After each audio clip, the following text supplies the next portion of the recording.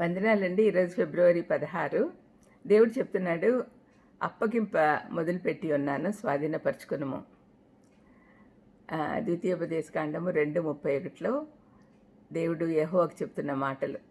చూడుము, నీకు అప్పగింపు మొదలుపెట్టి ఉన్నాను, నువ్వు దాన్ని స్వాధీనపరచుకొని మొదలుపెట్టుము. ఈ వాక్య భాగంలో దేవుడు మోషేతో మాట్లాడుతూ అతన్ని ముందుకు వెళ్ళి వాగ్దాన దేశాన్ని స్వాధీనపరచుకోమని చెప్తూ ఉన్నాడు. తాను వారితో ఉండి వారి యుద్ధాలు తానే గెలుస్తానని దేవుడు అంటున్నాడు. బైబిల్లో అనేక పర్యాయాలు మనం దేవుని కొరకు, ఆయన సమయం కొరకు ఎదురు చూడాలని వ్రాయబడి ఉంది. కానీ ఆయన ఆలస్యాలు భరించే ఓర్పు మనకు లేదు.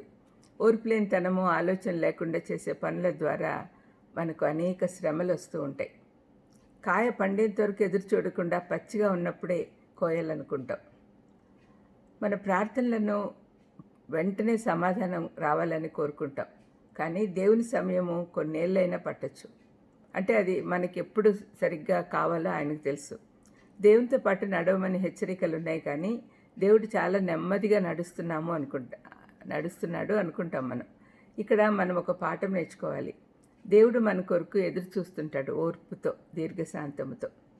లేఖనాలలో అనేక దైవ వాగ్దానాలు ఉన్నాయి. అవన్నీ మనం కూడా చేయాల్సిన షరతులతో కూడినవై ఉన్నాయి. మనం విధేయత చూపితే దేవుడు మనల్ని ఆశీర్వదిస్తాడు.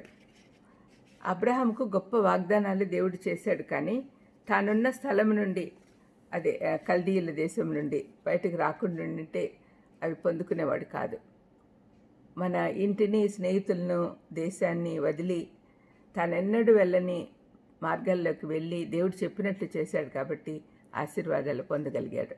విధేయత తప్పక చెప్పినవన్నీ చేస్తే వాగ్దానాలను పొందుకోవచ్చు. విధేయత ఉండాలి తప్పనిసరిగా. ఇజ్రాయేలీలు ఐగుప్తు బానిసత్వం నుండి బయటికి వచ్చినప్పుడు ఎదుట ఎర్ర సముద్రము, వెనుక ఐగుప్తు సైన్యము వాళ్ళ మధ్యలో ఉన్నప్పుడు ముందుకు సాగమని ఆజ్ఞ వచ్చింది. ఎదురు చూచుట వారి పని కాదప్పుడు. కానీ మోకాళ్ళపై నుండి లేచి నమ్మకంతో ముందుకు సాగాలి.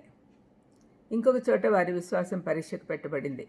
యోర్దాన్ నది ఉధృతంగా పారుతూ ఉన్నప్పుడు దాని గుండా నడవమన్నాడు దేవుడు. వాగ్దాన దేశం లోపలికి వెళ్ళడానికి తాళం వారి చేతుల్లోనే ఉంది, తాళపు చెవి.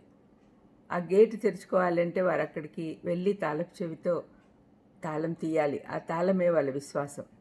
మనం కొన్ని యుద్ధాలు చేయాల్సి ఉంటుంది. మనం ఎప్పుడూ విజయం సాధించలేము, ఈ శత్రువుల్ని గెలవలేము అని అనుకుంటాం. కానీ యుద్ధంలోకి వెళ్ళినప్పుడు మన ప్రభువు మన పక్క నుండి యుద్ధం చేస్తాడు కాబట్టి ఆయన ద్వారా మనకు సంపూర్ణ విజయం దొరుకుతుంది. మనం భయపడుతూ, వణుకుతూ, ఎదురు చూస్తూ ఆయన వచ్చేంత వరకు మేము మొదలుపెట్టము అనుకుంటే అది తప్పు అవుతుంది, అవిశ్వాసం అవుతుంది. తాను చెప్పాను కాబట్టి మనం విశ్వాసంతో మొదలు పెట్టాలని ఆయన తలుస్తాడు. మన పైన అత్యధిక ఆశీర్వాదాలు కుమ్మరించుటకు దేవుడు ఎదురు చూస్తూ ఉన్నాడు. మనం ధైర్యంగా, నిశ్చయితతో ముందుకు సాగాలి. మన కొరకు దేవుడు ఉంచిన దాన్ని స్వాధీనపరచుకోవాలి.